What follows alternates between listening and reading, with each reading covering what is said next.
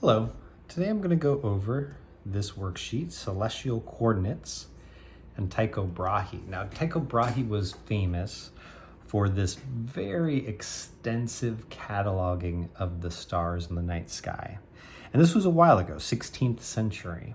So he built an observatory with these really precise ways of measuring where stars were in the sky.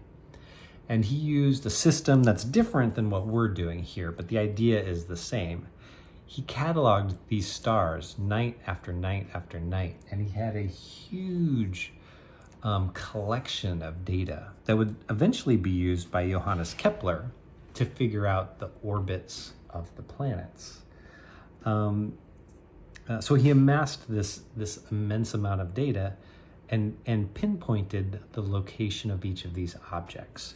And we're going to go through this activity as well. This is the modern way of doing it. He did it, again, a little bit differently. But when you pinpoint something in the night sky, like here's our map of the night sky looking at the North Pole, this is very much like a normal graph, only it's a dome. You have to remember that when we're looking up in the night sky, we're looking at a dome. So we see, in this case, the celestial sphere. Looking up from Earth, you're going to see about half of the sphere from any one point. And you use two things. They're called right ascension and declination.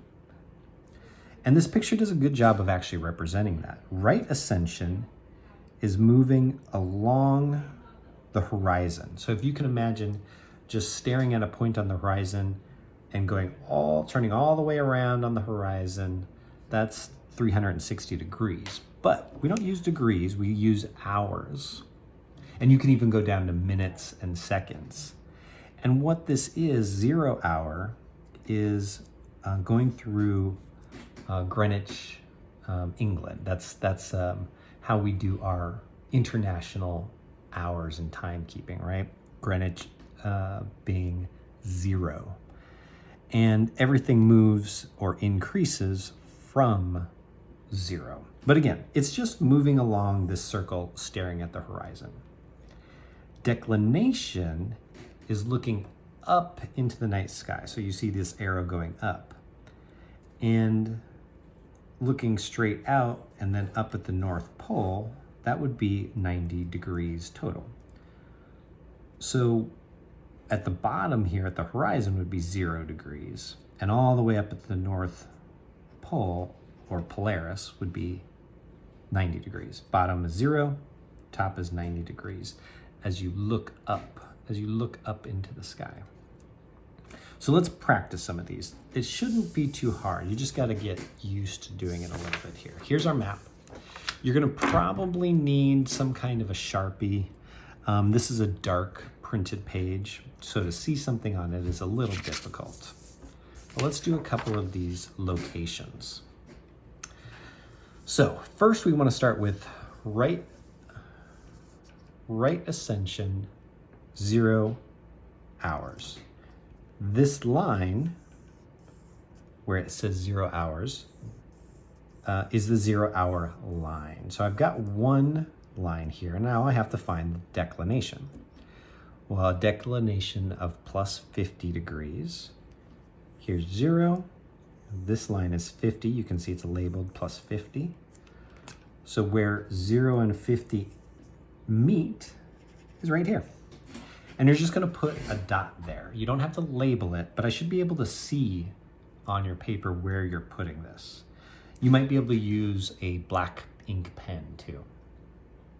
Let's do another one. 21 hours. Where's 21? Right here. 21 hours